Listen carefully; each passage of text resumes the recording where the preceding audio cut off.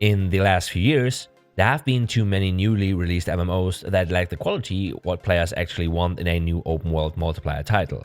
Of course, every game has its strong point somewhere, but the weaknesses often outweigh them. For my part, I've tried many MMOs and realized that so much potential is being wasted because of the following reasons. Far too much attention is paid to short-term success rather than long-term success, and far too often are companies behind the game that truly don't seem to understand what makes a game great or even worth playing. And I do not mean the developers or customer support who often work overtime because they have to meet deadlines or answer questions from frustrating fans and much more. Now, it's in many cases the corporates, shareholders, CEOs, and investors that are responsible for the impossible deadlines, but more on that later. I made a survey on the Discord in which I asked you which genre you like to play the most, and almost all of you voted for looter shooters and MMOs. And of course, as already mentioned in the Discord, you should have a say. So it should be about the second of those two topics today, because today I will discuss something with you that could possibly save the MMO market.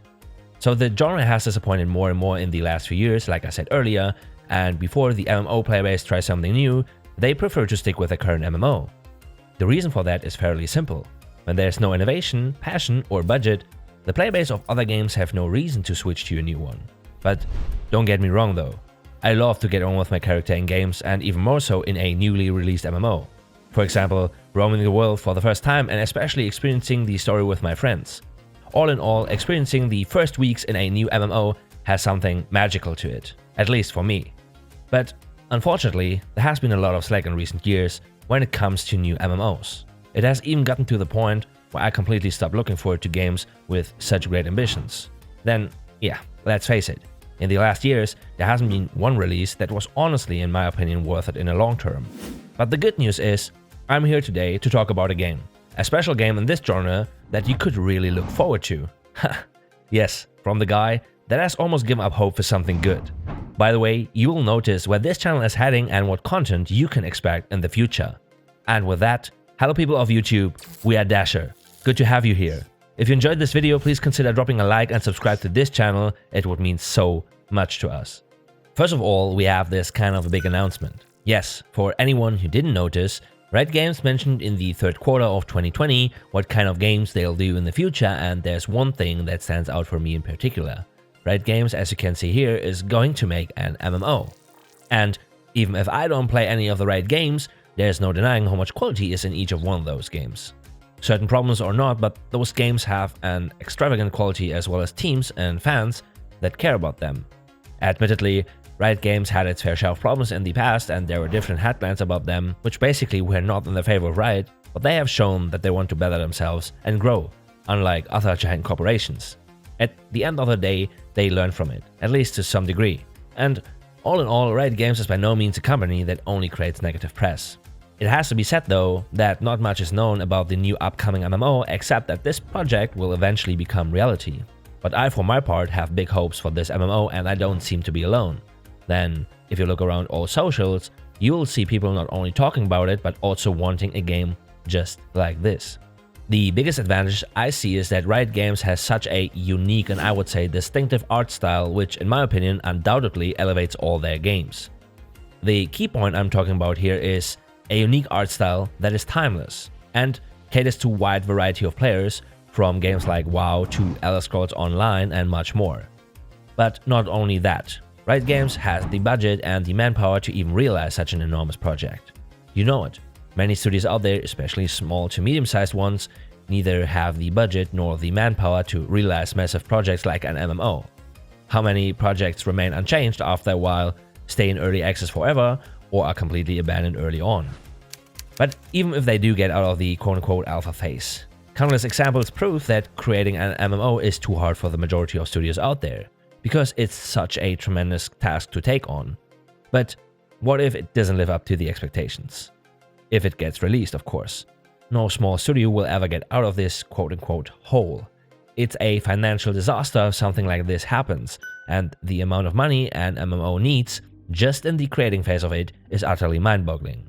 And furthermore, for a studio creating a game within probably the biggest genre out there, yeah, involves a high number of risks. So, generally speaking, it isn't profitable for the vast majority of studios out there. But Riot Games has all those benefits. So from the get-go, Riot has these advantages that the other studios don't have. For example, Riot Games has a net worth of roughly 26 billion, which is more than Rockstar and Bethesda combined. And in addition to that, Riot Games has built a lore, a background for the world through League of Legends. Think about other big MMOs and you might see similarities. WoW had the benefits of the well-established Warcraft franchise and therefore was able to create a massive hype around the game itself. The Elder Scrolls universe, which has, by the way, undoubtedly one of the largest following ever, contributed significantly to the success of the Elder Scrolls Online. The same gameplay, mechanics, story and so on without the established Elder Scrolls brand would be maybe just another MMO out there. Of course, you have to take this last bit with a grain of salt because it's just my opinion, even if I played the game for about 1,000 hours and played every Elder Scrolls title out there, but yeah, still just only my take on this. But to strengthen this point, Final Fantasy A Realm Reborn got built up from scratch because the original game was no success, even with the household quote-unquote Final Fantasy name in it. But Riot Games has all of this and even more. Then exactly the player base from League of Legends and games like Runeterra are the main target groups. Because it is precisely this group of players, at least from League of Legends and Legends of Runeterra, like I said earlier, that Riot Games will try to pull ashore. So this new MMO has a foundation, a framework on which they can build on. And while we're on the subject of framework, let's talk about Riot server stability because it is detrimental and has to be addressed. Riot is one of the big players, if not the biggest one, when it comes down to server stability and performance. Take a look at Valorant, for example. Riot knows what to do and I don't expect anything less for the upcoming MMO. If I show you this picture here, not only you can see that the MMO was confirmed last year, no, another point where I think it could be the MMO is Ghostcrawler here, and that's where it gets interesting. For everyone who doesn't know who Ghostcrawler is, this is the nickname of Greg Street, developer and former WoW lead system designer at Blizzard. A quote from the German website buff.de says, and I try my best to translate it into English, he's known for tearing down the invisible wall between developers and players and vigorously promoting better communication. He discussed Wrath of the Lich King extensively with players in the forums during the beta and used social media like Twitter to provide WoW fans with the background information instead of leaving them alone with dry patch notes. And exactly this is why it is such a big aspect. Communication in such an ambitious project is the key to a bright and successful future, because it is the player base that not only plays your game, they also steer it in a direction with the interaction between them. And what could be more important than an active player interaction in an MMO? I think this will not be a project where you will have a generic story and a lackluster plot. I think because of all the lore Runeterra offers, it will be much more than that. And I think that for a good reason. In an MMO, you need your player base or your players in the long run to be successful. So, as you can see, Riot Games has definitely someone extremely talented and professional in their leadership position. Someone who led WoW through the best time back then. And after he departed from Blizzard, however, the company went a little bit downhill, and I firmly believe Riot Games can achieve a lot, if not the one MMO, with someone who has led the most successful MMO through the most successful time. As you can see here, there's truly something behind it. I've picked out some tweets that were posted in May 2020, and of course, not much has been revealed yet, but you can read a little bit between the lines what the game has in store for us in the future. Again, take all of this with a little grain of salt because not everything is 100% confirmed, but at the request of the user living, and I quote, "Please make raiding enjoyable, this is the only thing I ask for, enjoyable raiding with cool complex bosses and fun rotations, the rest of the game can be tailored however."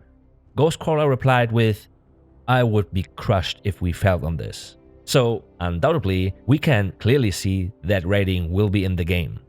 Of course, every response from Ghostcrawler here would go beyond the scope, but there's another thing I found quite interesting when I first read it, and that's a question from a player that played WoW for almost 14 years. And it's not only a question, it's more like a feedback from him to Ghostcrawler. And I quote, "If you'd like feedback from someone who quit WoW after 14 years and considers a new MMO, they're worst when they feel like they try to be the only game you play.